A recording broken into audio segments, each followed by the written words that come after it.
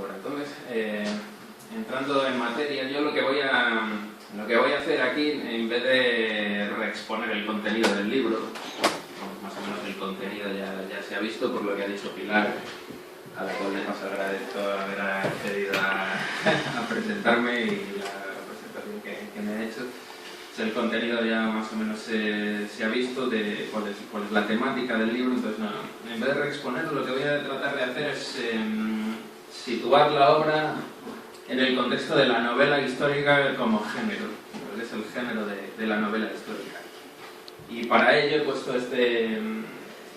he utilizado como referencia este libro de George Lukács de 1936, la novela histórica, bueno, el título completo es La forma clásica de la novela histórica, y es un libro que, bueno, en cualquier tesis doctoral o estudio de teoría literaria sobre cualquier novela histórica, pues aparece citado, es una cita ineludible, entonces pues voy a tomarlo como punto de partida.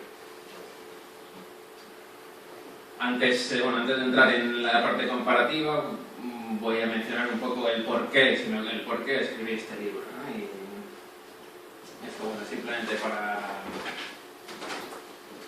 poner en un contexto geográfico lo que hemos visto en el vídeo, el territorio controlado por Omar Ben Hafsun corresponde a toda esta zona de aquí, y bueno, esta estaba controlada por sus aliados, que eran los muladíes de Elvira, y bueno, y esta rebelión de aquí, de la zona de Murcia, también eran aliados suyos, ¿no? Entonces, es el territorio, y aquí está la batalla de Poley, 891, que se libró a las puertas de Córdoba, y ahí es el momento donde tuvo realmente la oportunidad de entrar en Córdoba. La perdió porque perdió esta batalla de Poley. Aún así, después de la derrota de Poley, su rebelión se prolongó durante mucho tiempo, recuperó gran parte del territorio perdido y de hecho murió indómito en Bobastro, murió de viejo. Omar Ben Hafsun murió de viejo, no murió en batalla, pese a haber peleado en incontables contiendas contra el poder cordobés. Entonces, el porqué de esta obra. Yo conocí al personaje a través de una historia de España en cómic, en 10 volúmenes, publicada por Editorial Genil en 1986, que me compraron mis padres en aquella época, yo tenía 6 años, y lo conocí a través de estas viñetas. Este es Omar Ben Hafsun, según lo representaban en esta historia de España en cómic, ¿no? Esta es su vida de joven, como vivía en los montes de la Serranía de Córdoba. Y está la escena de la caza del jabalí, que aparece en el libro al principio también, inspirada por este cómic, precisamente.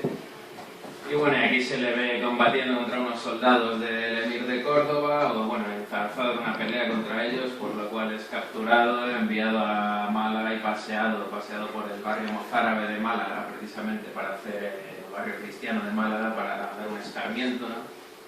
Después de esto huye al norte de África, trabaja como sastre, y este es el momento, digamos, en el que este es el momento clave de la historia de Omar Ben Hafsun. También desde el punto de vista de la teoría, de la comparación que voy a hacer sobre la estructura de la novela histórica, porque en este momento, cuando le hacen esta profecía, le dicen que vuelva a su tierra, que allí será el rey de un gran reino, y en vez de estar perdiendo el tiempo cosiendo en el norte de África. Entonces esto transforma a Omar Ben Hafsun, digamos, en un personaje histórico, ¿no? Le da un proyecto histórico, de ser un personaje medio de un cierto grupo social, que son los muladíes del campo, de la zona de la Sierra de Ronda, se transforma en un personaje que va a encabezar un proyecto de dimensión histórica. Aquí tenemos otras viñetas que aparecen, batallas, etc. Esta es la muerte de Almondir, uno de los emires de Córdoba, que murió a las puertas de Bobastro. Primero fue herido en combate a las puertas de Bobastro, y se cree que su hermano Abdalá lo mandó envenenar, ¿no? O sea, mandó terminar el trabajo, y este Abdalá es el que heredó del emirato después. Y bueno, aquí se representa el asalto a Sevilla por parte de 2 tribus árabes yemeníes que entraron en Sevilla y prácticamente exterminaron a toda la población. Esto también es una parte importante del libro, porque precisamente el narrador del libro es un sevillano que vivió estos hechos y después huyó y acabó siendo una especie de consejero de Omar Ben Hafsun. Este es un personaje ficticio, no es un personaje histórico, que lo utilizo como narrador del libro. Y bueno, y aquí una imagen de la batalla de Poley, la que se libró a las puertas de Córdoba y terminó en un fracaso para Marvin Habsburg. Otras imágenes, ¿no? Para que, bueno, esto ya se ha visto en el vídeo, este tipo de imágenes de las ruinas, y esto es para apreciar un poco la belleza del paraje.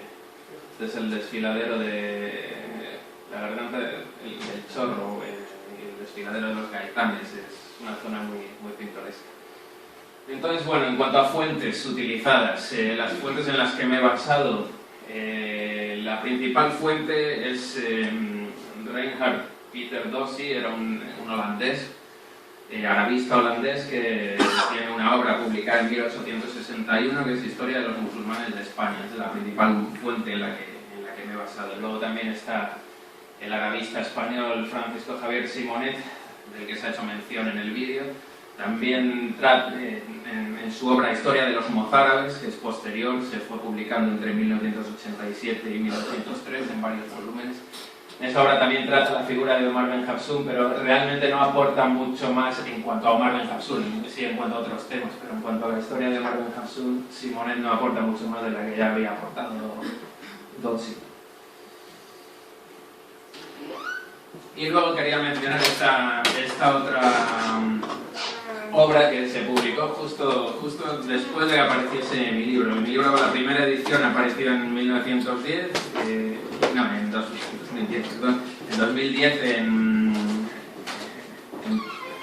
en papel. Precisamente esos son los libros que quedan de esa edición. Si alguien los quiere adquirir, pues a su disposición. Y bueno, ahora he hecho otra segunda edición, que es edición en formato digital, en formato como libro electrónico, que se puede adquirir en Amazon. Justo en 2010, después de que apareciese la primera edición del libro, apareció este otro libro que trata el mismo tema. Este no es una novela, es un libro de historia sobre el personaje. Y es interesante porque tiene muchísimo material fotográfico y material arqueológico sobre la zona, entonces creo que es interesante mencionarlo. Y el subtítulo, La ciudad de la perdición, gloria y refugio de la cristiana, son algunos apelativos que dedicaban a Bobastro los historiadores árabes de la época. Entonces empezamos con la parte comparativa de Bobastro con la novela histórica en general como género. Para ello, como he dicho, me voy a basar principalmente en este libro, la novela histórica del teórico literario Georg Lukács. Es un libro de 1936, ya bastante antiguo, pero es una cita casi obligada para cualquiera que haga un estudio literario tratando de la novela histórica. Básicamente el mensaje de Lucas, como vamos a ver, es que el padre de la novela histórica es Walter Scott, y básicamente las características de la novela de Walter Scott son las características genuinas de la novela histórica. Vamos a ver en qué puntos Bobastro comparte esas características o no. Unas palabras sobre quién era Georg Lukács. Bueno, Georg Lukács era hijo de un banquero judío de Budapest, él era comunista, y bueno, fue ministro de Cultura en el gobierno comunista de Bela Kun, breve y sangriento gobierno comunista de Hungría, en 1918. Después se exilia en Moscú, publica un libro que es visto con malos ojos en el Kremlin, digamos, un libro que se llama, de 1924, Historia y conciencia de clases, visto con malos ojos porque es visto como una especie de vuelta a Hegel desde Marx, ¿no? Y entonces se le ve con cierta sospecha. Y después en el 36, bueno, a partir de entonces se dedica puramente a lo que es la teoría literaria y publica esta obra en 1936. Entonces la obra empieza de manera bastante directa, digamos, tratando de separar lo que es novela histórica de lo que no es novela histórica. Nos dice, la novela histórica nació a principios del siglo XIX, aproximadamente en la época de la caída de Napoleón. El Waverley de Walter Scott, la primera novela histórica, se publicó en 1914. Y luego, a renglón seguido, pasa a decir, desde luego que hay novelas de tema histórico ya en los siglos XVII y XVIII. Quien así lo desee puede considerarlas como precursoras de la novela histórica, las elaboraciones de historia antigua y de mitos en la Edad Media. y remontarse aún hasta China o la India. Pero este recorrido no encontrará nada que le pudiese aclarar algo fundamental del fenómeno de la novela histórica. Y luego dice, las novelas históricas del siglo XVII, Scuderi, Calpenet, no son históricas solo por su temática puramente externa, por su apariencia. Y aquí está la clave, no solo la psicología de los personajes, sino también las costumbres descritas responden por completo a la época del novelista. Es decir, simplemente la llamada novela histórica anterior a Walter Scott le falta precisamente el ingrediente histórico. Es decir, la historia parte como un decorado simplemente, pero la psicología de los personajes y su forma de jugar, etc., corresponden a la época del autor. Entonces luego Lukács pasa a explicar, o a tratar de explicar por qué precisamente en aquella época, después de la caída de Napoleón, aparece la novela histórica. Y él dice que fue la Revolución Francesa, la lucha revolucionaria, el auge y la caída de Napoleón lo que convirtió a la historia en una experiencia de masas.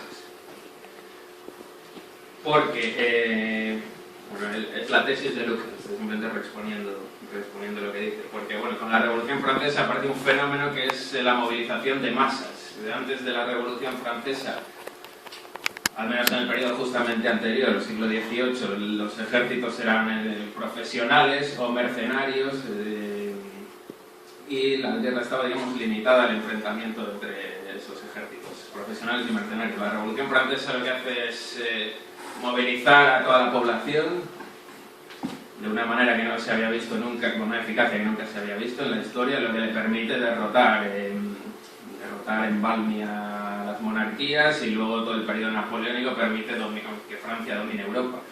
Esto se basa en la movilización de masas y en el hecho de que Francia en aquella época es el país más populoso de Europa, tiene casi 40 millones de habitantes, igual que el Imperio ruso, incluso la llamaban la China de Europa, en comparación a Alemania, o lo que hoy sería Alemania, tenía 10 millones de habitantes en aquella época, mucho más pequeño.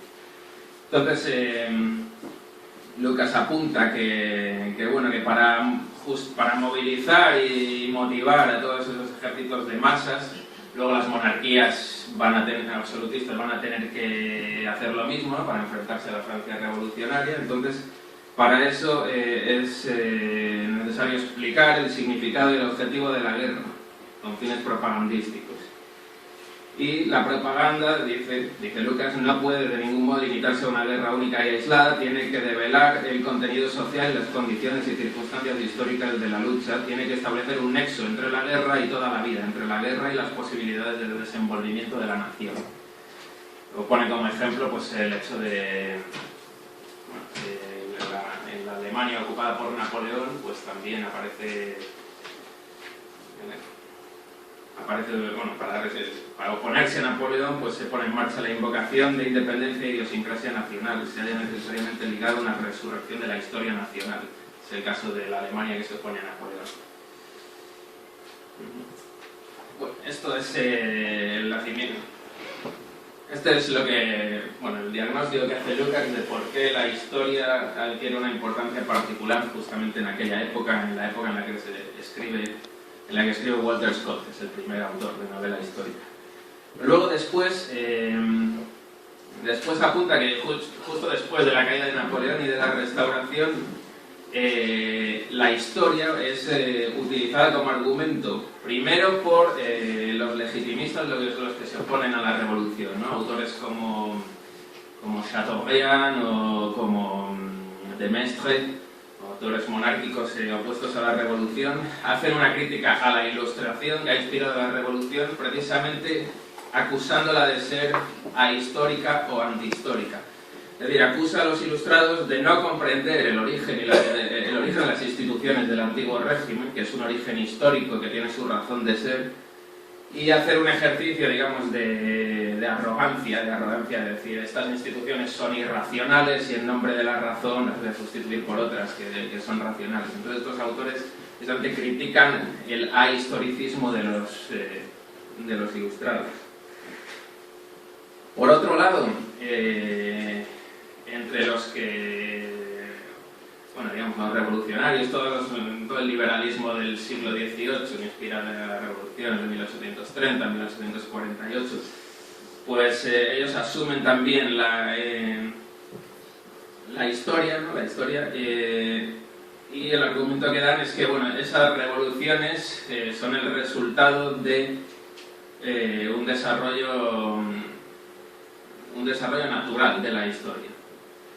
Dice, el progreso no se conceptúa ya como la lucha esencialmente ahistórica de la razón humana contra la irracionalidad feudal absolutista, esto es lo que decían los ilustrados, digamos, Voltaire o Rousseau, etc., sino que la racionalidad del progreso humano se explica cada vez más por las oposiciones internas de las fuerzas sociales en la historia misma. Bueno, esto es. Entonces, en este sentido, pues podemos citar autores como todo el idealismo alemán, Fichte, Hegel, que formula una especie de mecanismo de la historia que se divide en distintos periodos. A precursores antes de la Revolución serían Herder, o en Escocia tenemos a Henry Home, que es el primero que dice que el motor de la historia son los cambios en los modos de producción, es luego lo que va a retomar Marx. Bueno, entonces, hasta aquí la solución que da la explicación que da Lucas a la cuestión de la historicidad, del por qué la historia irrumpe en esa época y crea las condiciones para que surja la novela histórica como género. Entonces a mí, leer esto me llamaba la atención el hecho de que, antes de aquel periodo, entonces, ¿cuál era la percepción de la historia que se tenía? Hace poco hemos visto los pasos de Semana Santa en los que aparecen los personajes, en vez de estar ataviados como en la época del Imperio Romano, pues aparecen como en la época de los escultores que esculpieron los pasos, ¿no? Entonces se ve una especie de... es una especie de anacronismo, pero es una especie eso denota una especie de falta de sentido de la historia en estos autores, ¿no? Que no son conscientes de los cambios que ha habido entre una época histórica y otra, aunque solo sea en la indumentaria. Entonces vamos... una cosa que quería mencionar aquí, yéndonos a la primera teoría de la literatura, la primera teoría de la literatura, que es la poética de Aristóteles. ¿Qué concepción de la historia aparece en esa primera teoría de la literatura? Entonces, en el capítulo 9 de la poética de Aristóteles, voy a leer un párrafo, porque es muy interesante para ver el hecho de que no había una concepción de la historia como proceso de cambio todavía en aquella época.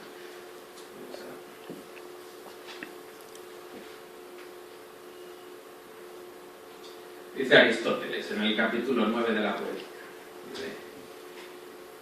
Dice, es evidente que la función del poeta no es narrar lo que ha sucedido, sino lo que podría suceder y lo posible, conforme a lo verosímil y lo necesario. Pues el historiador y el poeta no difieren por contar las cosas en verso o en prosa, pues es posible versificar las obras de Heródoto, y no sería menos historia, en verso o sin él. La diferencia estriba en que uno narra lo que ha sucedido y el otro lo que podría suceder.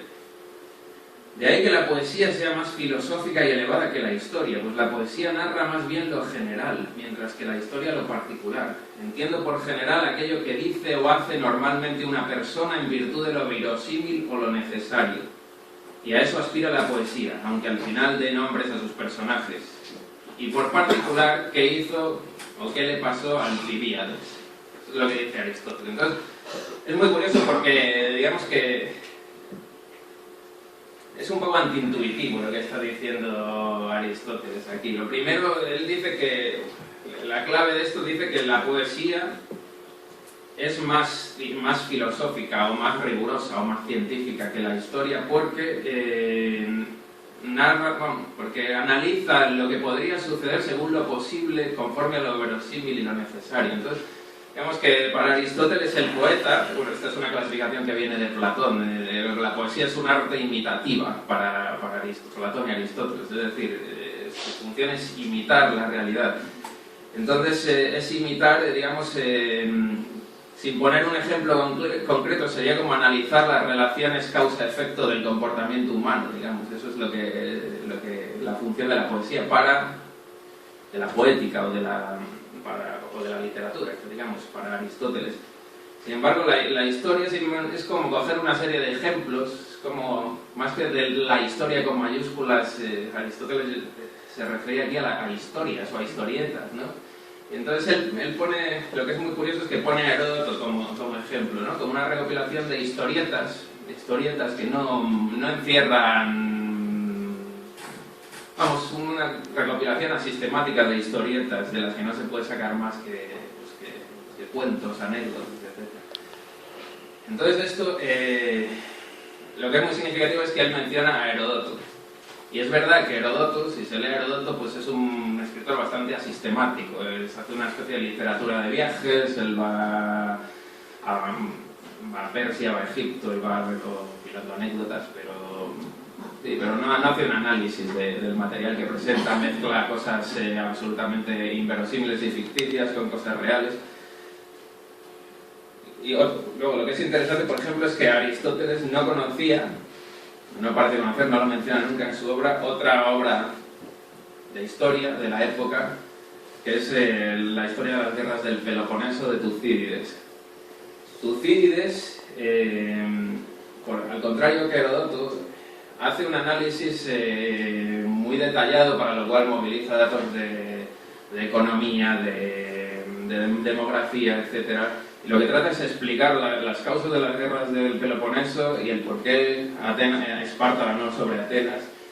Es realmente el padre de la historia. Sin embargo, Aristóteles no lo conoce porque la obra de Tucídides no había tenido ningún éxito en la época en que se publicó. Tucídides había sido un general ateniense de la guerra del Peloponeso que fracasó como general y se dedicó a escribir. La obra aparece en una Atenas derrotada y prácticamente no tiene difusión, y son los historiadores romanos, Salustio en particular, los que van a rescatar la obra de Tucídides, y lo van a hacer, van a rescatar en particular el cómo Tucídides utiliza las instituciones de Atenas, lo que él llama la politeia de Atenas, para explicar la grandeza de Atenas. Ellos van a hacer lo mismo, historiadores como Tito Livio y otros historiadores romanos, van a explicar la grandeza de Roma por la tradición romana, por el respeto a las tradiciones de Roma, etc. Entonces, esto es... si Aristóteles hubiese conocido a Tucídides, seguramente no habría hecho ese comentario sobre la historia, sobre las relaciones, sobre la historia como una serie de anécdotas deslavazadas que no explican las causas.